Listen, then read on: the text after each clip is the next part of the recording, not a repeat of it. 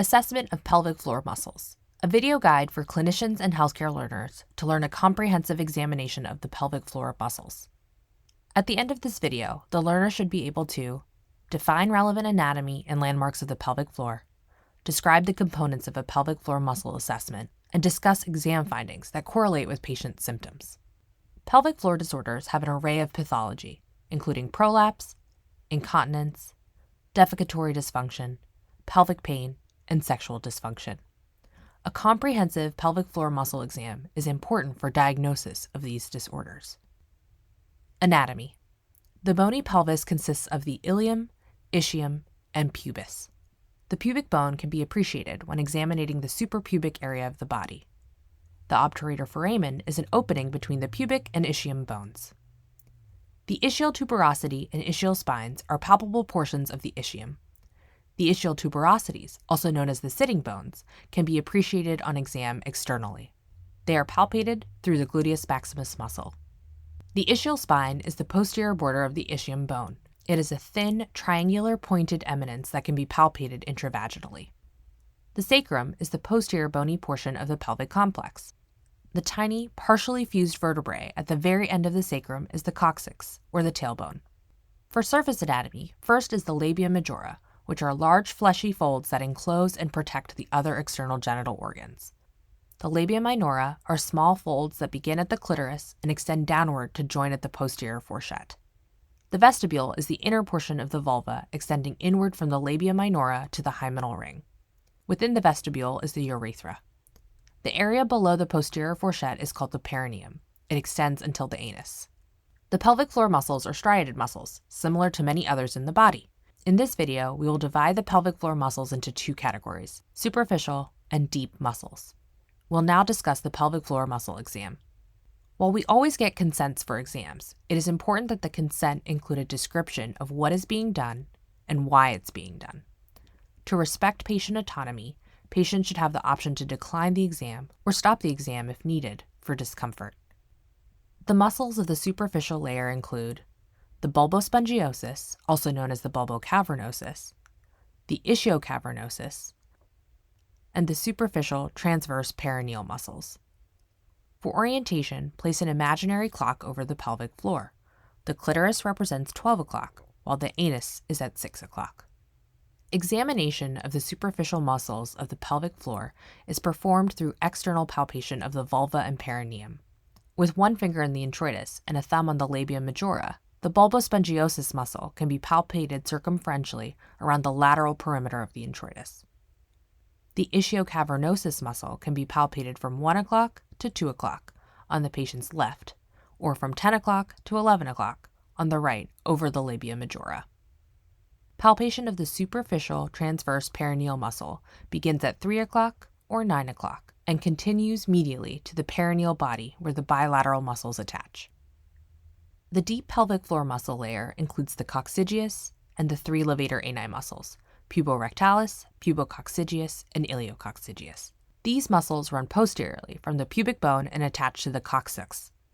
The coccygeus and obturator internus muscles are not part of the levator ani, but they are crucial to examine. The puborectalis muscle originates on the pubic bone just lateral to either side of the urethra and forms a sling around the rectum. The pubococcygeus muscle is from the pubic bone to the coccyx. The iliococcygeus arises from the inner side of the ischium to the coccyx.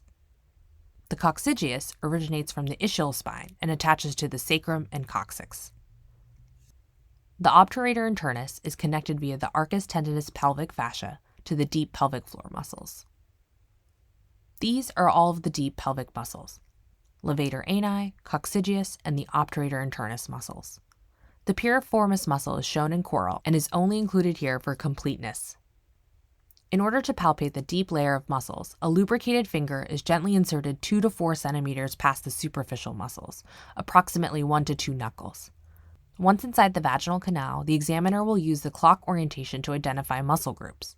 In addition to a clock orientation, we also use the anatomic terms proximal and distal. Think of proximal as closer to the abdominal core or trunk of the body, whereas distal is farthest away. When conducting the exam, you want to keep in mind how deep your finger is in the vagina. The further the fingers are in the vagina, the more proximal you are. The coccygeus muscle is the most proximal of the deep pelvic muscles. The puborectalis muscle is the most distal of the levator ani muscles. The puborectalis muscle can be found first by palpating the urethra with palm facing upward and following its path posterior to the pubic bone.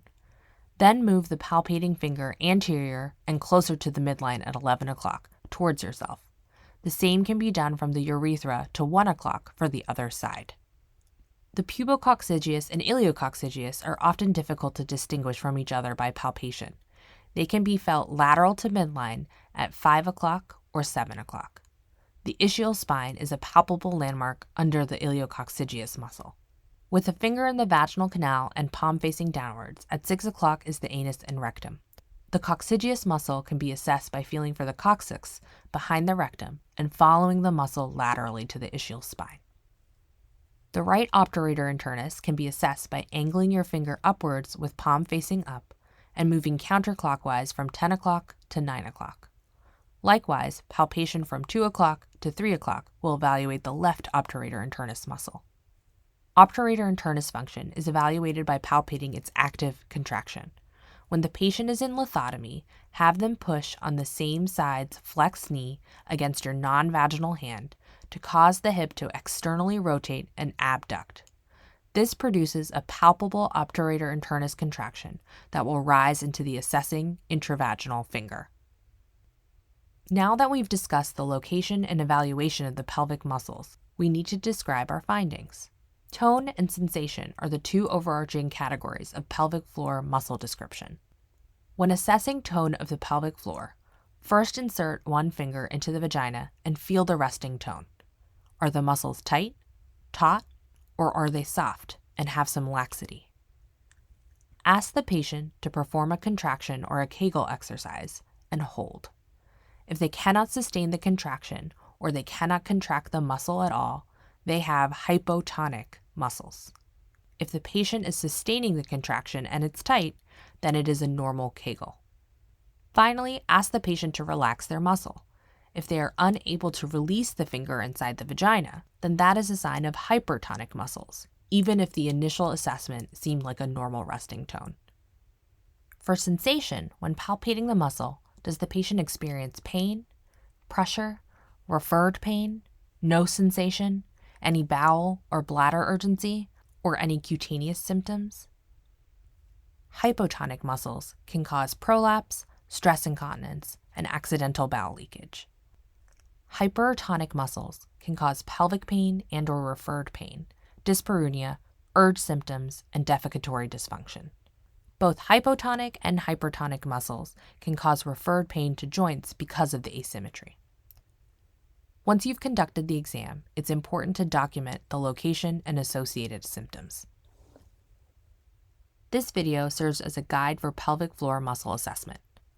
First, obtain the patient's consent to perform the exam. When thinking about muscles, use a clock orientation to help describe and visualize the anatomy. Also keep in mind distal and proximal muscles.